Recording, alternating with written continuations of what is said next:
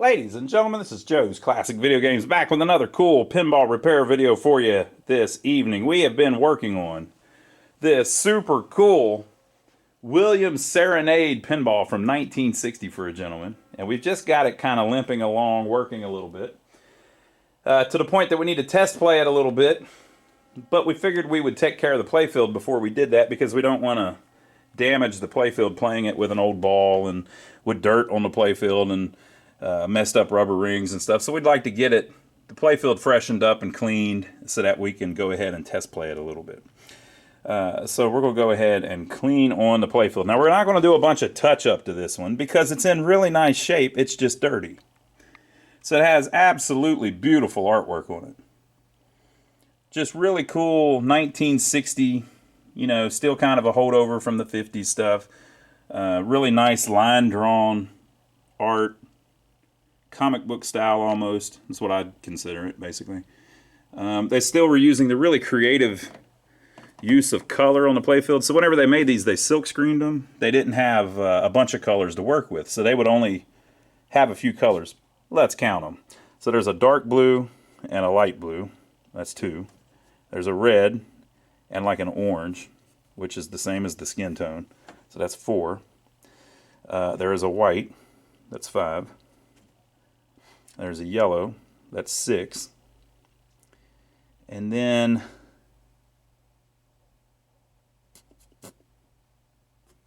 is that it? What am I missing? There's a black. That's 7. I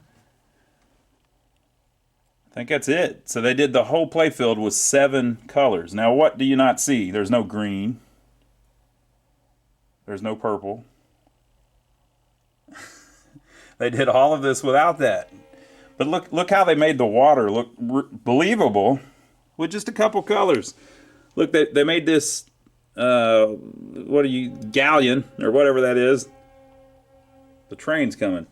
They made this ship here, and then look, they even pulled off a reflection in the water with just a few colors that they have.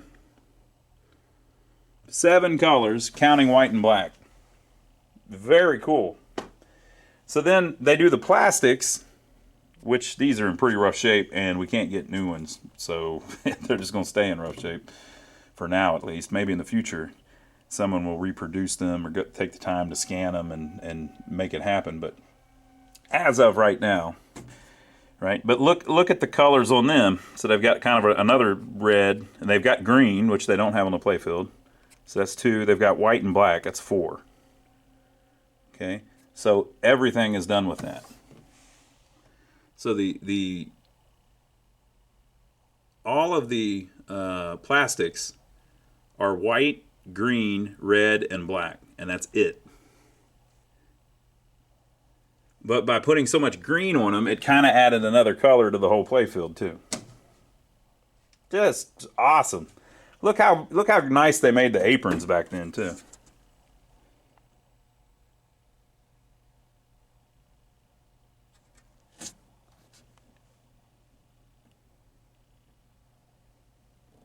So cool. So this is what we're starting with. I'm going to have Joey start taking it apart and cleaning it up, freshening it up with new rubber rings, new light bulbs, and all of that. And once he gets done, we'll be able to actually play it and not have to worry about the ball scratching up the paint and grinding the dirt into the playfield. The problem you get is if it's dirty, whenever the ball rolls over it, instead of it rolling on wax or clean wood, it rolls on like a little grit of dirt, and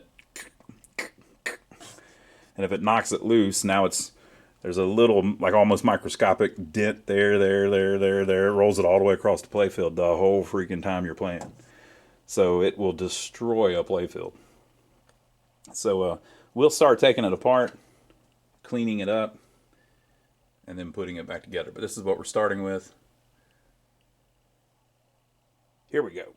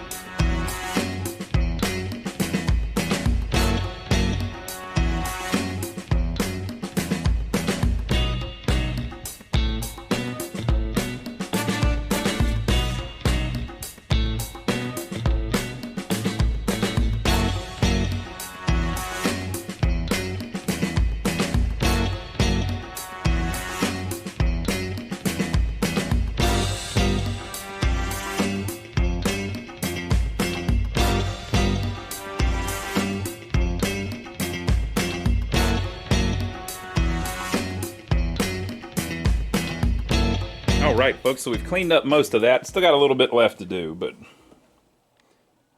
that was a good little start on the wood at least. Beautiful art.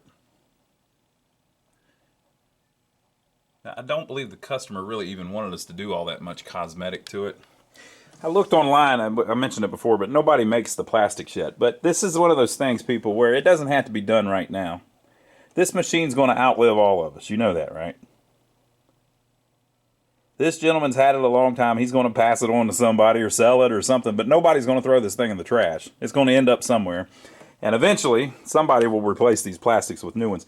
You can have one-offs made where you can scan each one and touch it up and print it, but it's a lot of work to do it by yourself. It's a little easier to just buy them from someone, but nobody's actually made a production set of them, reproduction set of them yet. Okay, so the next thing I think I want to do is we'll start at the top and work our way down. What do you think? Let's do that. This piece is missing. There's like a little, they call it a light shield, I believe. There's a little, now by the way, we haven't done anything on the bottom of the playfield yet, so there's still some light bulbs out. But there is a little plastic piece that is supposed to go in there that creates the bottom of that hole, and that is a long discontinued part that Williams made. Now, we looked up all of the information. We actually still have the piece of it. Let me pull out my parts here. Somewhere I have, yeah, here. That's all that's left, folks. So, see these little plastic studs? Those stick up, and it's so that when the ball lands in there, it doesn't bottom out or whatever. That was like an early design of this thing, and I think that might be why it's broke. The ball might hit those each time, and once this gets brittle, it breaks it. So they don't make this particular one anymore. But the one that they used on the Gottlieb machines looks almost identical, and you can get those. Thank God for the Pinball resource. They still make all that stuff, or track down all that stuff at least. So I emailed Steve Young at the Pinball Resource, pbresource.com. Go check it out. He does all the old EM parts.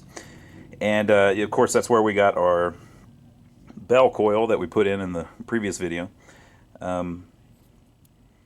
But they emailed back and said, yeah, just use this part for Gottlieb. So let me show you what they sent me. So he said usually they have yellow, but they're sold out of it right now. But this looks like it will work. This would have been a piece of it somewhere. Looks like it's the same size to me. So let's put that in. I'm going to go ahead and lift up the playfield, and I think it nails in. I don't know. Let's look. So you can see what's left of it there, and it does appear to nail in, I believe. Is that right on a nail, or is that a screw? Dun, dun, dun, dun, dun, dun, dun, dun, dun. That's a nail, people. Come on, people. Why would they put... People, they don't make screws that small. I don't think they do. I don't think they do. Alright, so it takes little tiny nails, little tiny tacks. That would probably explain why it fell out. It's a nail. It'll just fall right out. So let me see what I can do about all of that. Alright, so I had to remove the armature to slide it in there. And the only thing I had that it was even close to the original little brads was a thumbtack, which actually worked pretty good. So it seems to be in there pretty nice. When we test played it before we cleaned the playfield, that actually worked even without that plastic thing in there, so I think we'll be all right. And then I have removed the gobble hole trough. So all of you people that think that the first game with a trough in it was something like the Creature from the Black Lagoon or the Addams Family or something, you are wrong. They had these old gobble holes. So there's this little plate, and when the ball falls in that hole, it knocks the plate out of the way, and the ball goes into this trough assembly back down to the out hole. So the reason I took all that off was so I could get to the things under it, but also so I could clean the top of these. It was all filthy. from the years. So I got those nice and clean. Let me show you the trough assembly.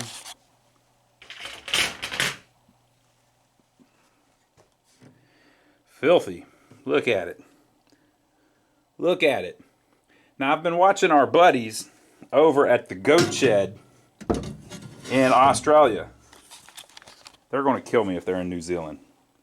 I'm going to look that up. If they're not in Australia, I'm deleting this whole part of the video. Our buddies at the Goat Shed, they soak all their stuff in kerosene. And wow, it gets it really clean. But I don't know if I want to do the kerosene yet. But wow, that it really makes the stuff look nice. So you can get rid of a lot of this discoloration and all of that, and just the filth and the dirt if you soak it in kerosene like they do. So if they were here, I would hand them this and let them put it in their kerosene soak, and it'd make it look shiny and brand new again. But I'm just going to wipe it down, do the best I can with a magic eraser, and then we'll put it back on there. When I put that in, the switch there, I made sure it was clean, and I went ahead and cleaned all the other switches on the bottom of the playfield. Didn't see anything out of order. Everything looked pretty good. But in the previous video, you might have saw that one of the switch stacks, the little blade stiffener, was moved over where it was touching the other switch. So on this one. So that was one problem. Everything looks pretty cool. I don't really like the height of the rings on the pop bumpers. I'll show you that here in a minute, but there's no adjustment on these, unfortunately.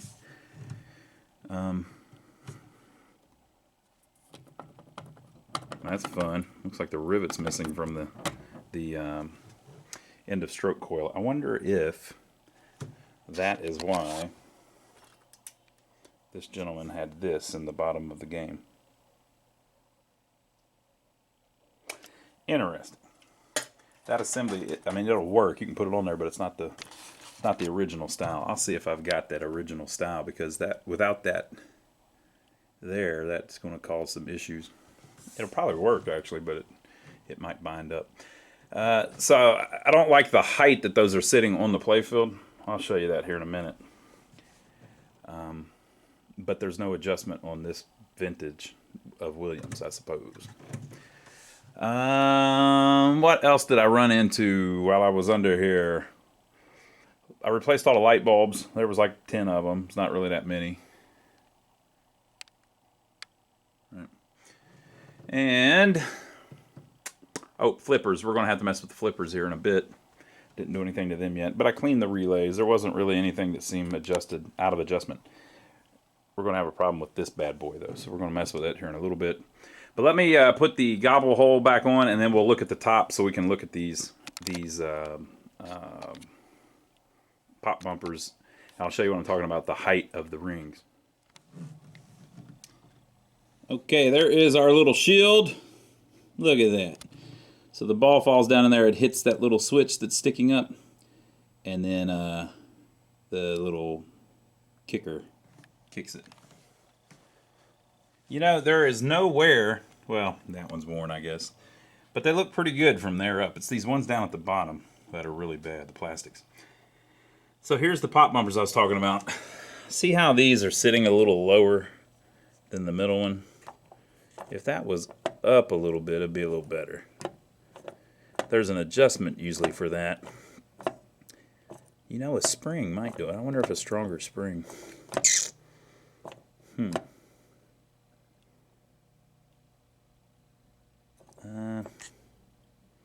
Maybe a stronger spring may fix that. I'll look into that. So we got that. Still got a few light sockets that are acting up. I got dirt on my hands. Yeah, so we got some light bulbs to mess with. Usually whenever they're doing that, when they go off and you can touch them to make them go back on, the socket is still dirty. You need to clean the socket a little bit. There are our gobble holes, looking much cleaner. Look at that. Do I have the ball over here? No, I don't have the ball in it. So that's cool. Moving on along. We got to mess with these flippers. Flippers are not doing good. basically, they're just not mounted on the pawls right. So I'm going to go ahead and remove both of those flipper shafts so that we can realign them. And then I've got new flipper shoes for it too to make it look a lot better. Okay folks, so there are two little set screws that hold the shaft in on the bottom. You just take them loose. That one's seen better days. That one's not as bad. It's actually usable. Okay, what I'm going to do though is I'm going to switch the sides that they're on. The reason for that is, okay, let's say this thing mounts in there like that from the top. Well, on the bottom there's two little screws that bite into the shaft.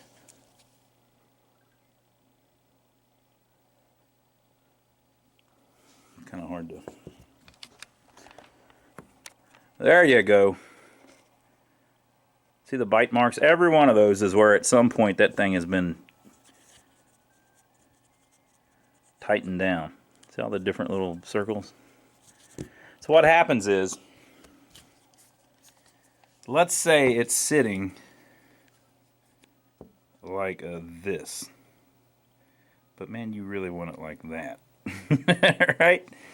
Or let's say it's sitting like that, but you would really like it to be like that. You just want it to be just a little bit off. It's almost perfect, but you want it to be like that. You don't want it to be like that. You want it to be like that. Well, guess what? That ain't going to happen. Because whenever you go to tighten that screw, it's going to find the groove that's already cut in it and tighten it up exactly how it is right now. You can't move it just a little bit. It doesn't work very well. Now these particular ones are way off, so it would probably be fine. Instead of being like this, they're like this. So they're way off, right? But a way you can get around that problem is you can take the one that's on this side and put it on this side, and the one that's on that side and put it on that side. And then now, none of the little grooves line up, and you can make your own new grooves. What do you think about that? So that's what we're going to do. And I was talking about the pinball resource. I want to show you something beautiful here.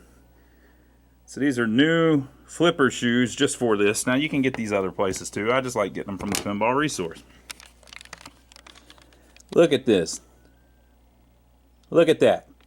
That's what you call art, people. Look at that. What a gorgeous little piece of plastic. Have you ever seen anything more beautiful than that? They're making some damn good stuff at the pinball resource, if you ask me. I mean, that's just nice. Beautiful. So we're going to pop them on there. Put those suckers back down where they go. And get our flippers lined up finally. All right, folks, so I am on ipdb.org, the Internet Pinball Database. If you're into pinball machines, that's probably your favorite site. And I am looking at the original ad for the game, okay? And so the reason that you might want to do that is because of this. Look at that right there. Let's zoom in. Can we zoom in on a picture? Notice the flipper placement. It's about... a little past 2 o'clock, ain't it? A little past 8 o'clock on the one. Not quite 9 o'clock, a little past 8 o'clock. So you can see where they mount. They don't actually mount all the way down at the bottom of those little areas on the playfield. They're supposed to be up a little bit. So they weren't too far off from where they were supposed to be. I'll try to put them back on about as close to that as I can get, and then we'll see how it all looks. Oh, and by the way, we mentioned in an earlier video, look, one cigarette holder and none on the other side. Aha, very cool.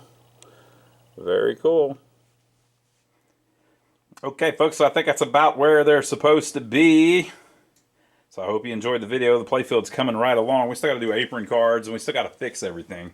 It's working, but not how I want it to. Not how. It's not working how I want it. I wish it worked a little better. We're going to work on it some more. Okay, so we'll do another video on that. Make sure to give us a thumbs up for taking the trouble to film it for you. And we'd like to thank everybody that's been using our Amazon links. If you don't know about that, there are links down below. if you were going to buy something on Amazon, if you click one of those links, it gives us a little piece of whatever you choose to buy on Amazon. We don't even sell anything on Amazon. But people go in there and they buy all kinds of stuff. So earlier today, somebody bought, it was some kind of electric fence for their dog. So somewhere, in a couple days at least, by the time you see this video, there will be some dog getting zapped in the neck because of our Amazon link.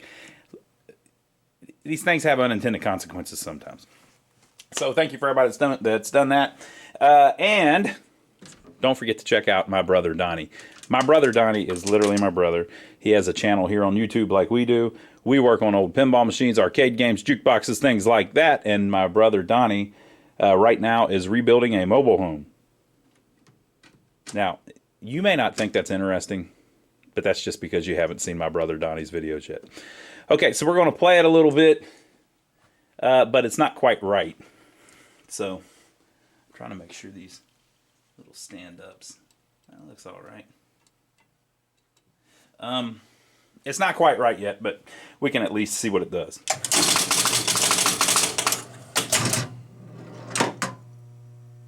Nothing. No, I'm just kidding. So on this one, you have to do the ball elevator.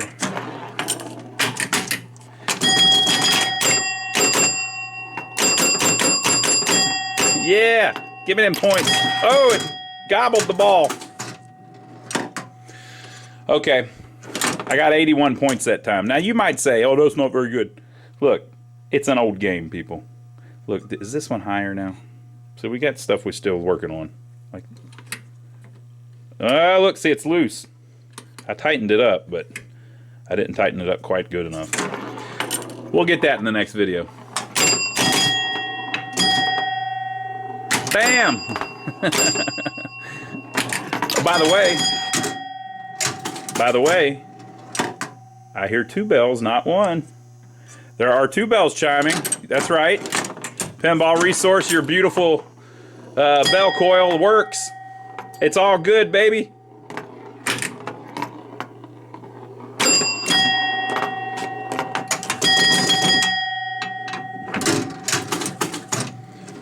All right, we're getting there. Ball 4, people.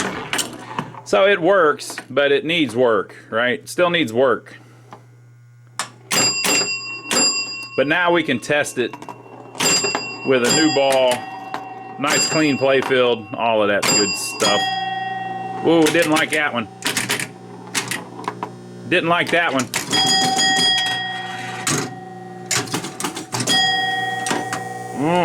The 10 point is stuck on, I think. What's going on? That one was physically stuck.